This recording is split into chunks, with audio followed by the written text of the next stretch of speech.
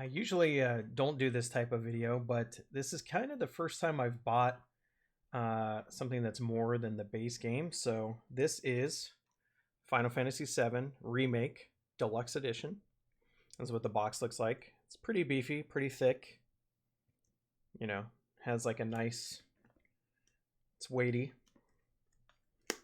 Get this open here.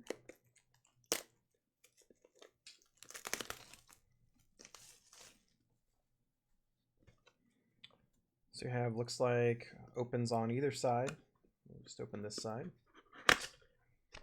Okay. So a couple of things in here. First off is just the game. This is what you would get if you just bought the regular version. So we have just the regular game case, standard. Then we have the Steelbook, which I know there are a lot of... I've never been a Steelbook fan myself. I know there's a lot of people that get them for both their games and their movies. This is what it looks like. It's pretty nice. It feels nice. The Sephiroth art is very nice. The regular art there on the back is very nice. And if you open it, you get the classic Cloud looking at the Shinra building. I do like this. I think the last time I got a Steelbook for a game was actually Final Fantasy XII. Not because I wanted it, but because it was the only one available for some reason in my area at the time. So that's nice. You can put, your game in there and, kind of replace the generic case. We have as well the mini soundtrack, which is just in a paper case, but it's going to go on the other side of the Steelbook, basically. Those are the tracks. You can see it's 12 tracks. They seem to be pretty popular tracks, but just FYI, if you thought this was just going to be an upgrade of the soundtrack of the original game, you're dead wrong, because I have already pre-ordered the deluxe soundtrack for this part, and keep in mind, this game is only a third of the game.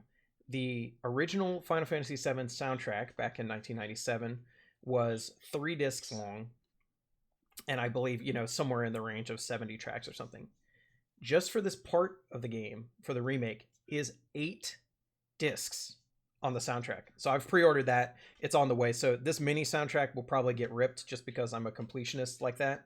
And then I probably will never listen to it again because I'm going to have the full, 8 disc thing.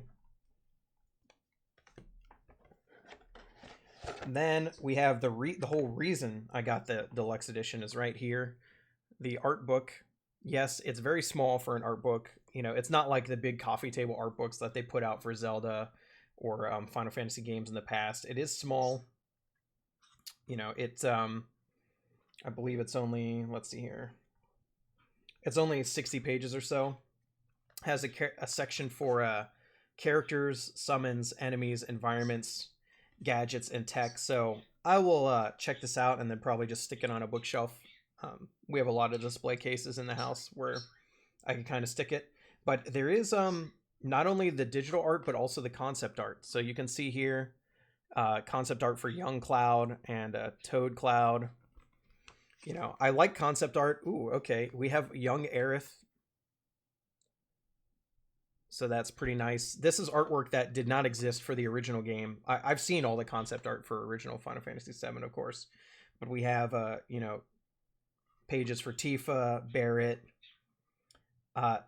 and surprisingly, not only the Avalanche crew and Ifalna, but Zangan as well. I think that's probably the best art we've gotten of Zangan ever. So I like that.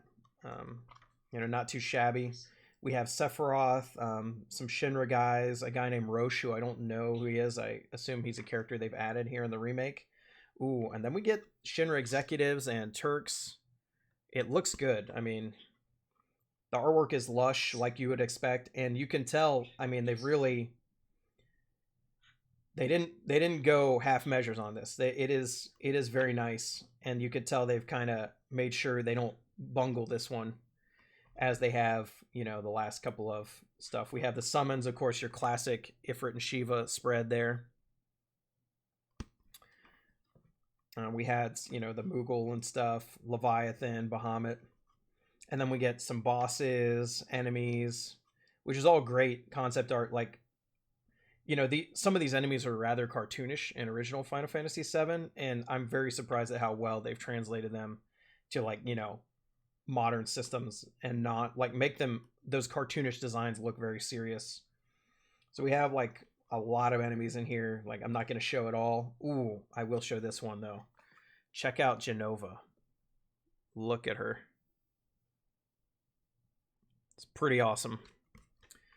You know, in the original game, you always kind of never got a good look at Genova. The one or two cutscenes she was in just weren't great, so you never.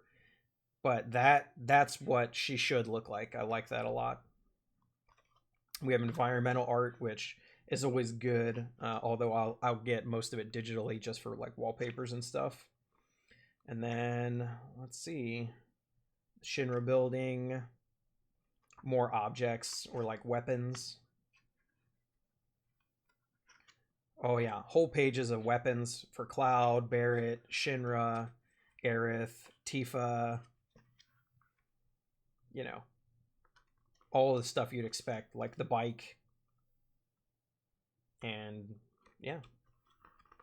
So it's definitely a nice little book. I will definitely be looking at it a little closer before I put it on my shelf for good. But it's a nice little, it will look good on the shelf as long as you show the front cover instead of the, you know, the side is a little boring, but that's cool. And I think that's it. That's all that's in the box. So that's it. Thank you.